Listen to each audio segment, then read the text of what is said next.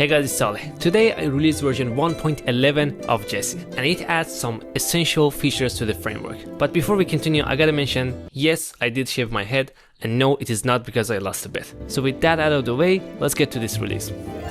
Now the first feature you should know that I added is Monte Carlo simulations, but I already had a video about this like 3 weeks ago, so if you haven't watched that, make sure to give it a watch, and in case you haven't checked the documentation, here it is. So under the research module and Monte Carlo, you can find it. You can find everything, including some ready to run scripts so that you can just run it yourself. But the thing is, for now it's only inside the research module, but definitely soon I'm going to add this to the UI dashboard. And when I do, everybody will be able to run Monte Carlo simulations just with the click of a button. I don't want to spend more time in this video talking about Monte Carlo because I already did, but I'd like to show you the feature that I added like literally just a few days ago, and that is full database synchronization for backtests. Now, what the heck does that mean?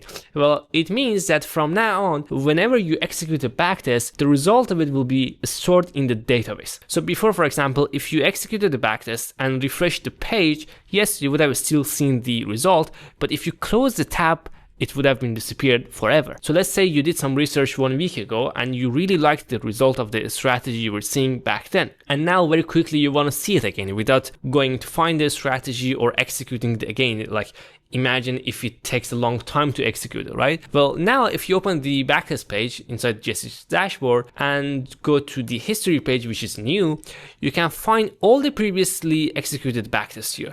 Now, in my case, I haven't been doing much research since I released this, so there's just 4 items here, but if I click on one of them, you can see I will be redirected to the result very quickly. And I can see everything, including the equity curve, the performance results, and the details of the backtest that I executed in the first place. And if that backtest, like this one, was also using the interactive chart feature of Jesse, I can also see the charts here. So if I click on here, you can see there is this chart. And by the way, I also improved the UI of the chart in this release, so now it looks significantly more beautiful, and that is just really helpful. But that's not all, there is more. So let's say in this case, I really like the result of this. So when I go to the history page, I want to be able to very quickly distinguish this one. I want to know which one was the most awesome backtest that I executed. So I can go here and I can give it a title. So let's call it my most awesome backtest. And not only I can give it a title, by the way, I can also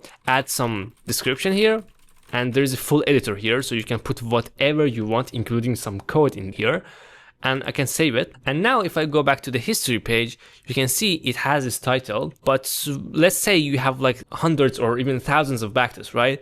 So I can go here and search for it. So I can just look up the word awesome, and this one single result will show up, and I can just find it very quickly. If I go back to the history page, you can see we also have this option to purge previous backtests. So after a while, this page is gonna get really heavy. You may have hundreds or thousands of backtests, and depending on the resources on your machine, it may get a little bit heavy, and you may need to purge some of the old backtests that you don't use anymore. So you can come here and choose this option to purge the previous ones. There's also some other filters here. So for example, you can only get the ones that have been finished and not stopped or canceled or whatever. And you can also filter them by some date. Now, again, that's not all. There's one more cool feature. So let's say when I executed this awesome backtest, it was like a month ago.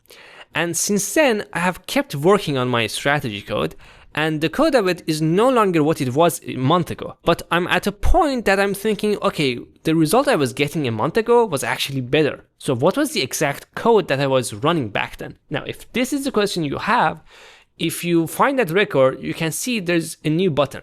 It's called View Strategy Snapshot. If you click on it, you can see what was the exact code when I executed this backtest. Now, if I need to copy it, I can just click here, or if I need to edit the current version of the strategy, I can click here, and it will take me to the built-in editor of Jesse's dashboard. Now, that's it for now, but this whole backtest synchronization wasn't just about the features that I just showed you.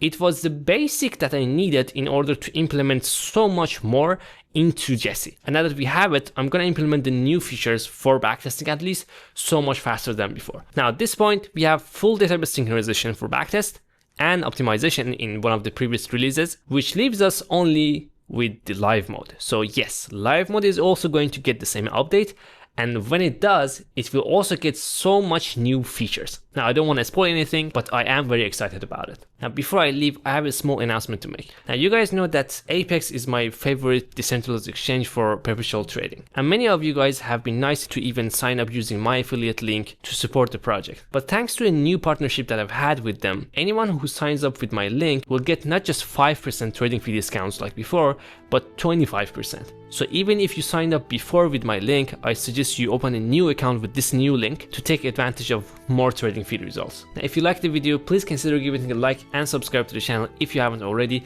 Thank you so much for watching. I'll see you in the next one.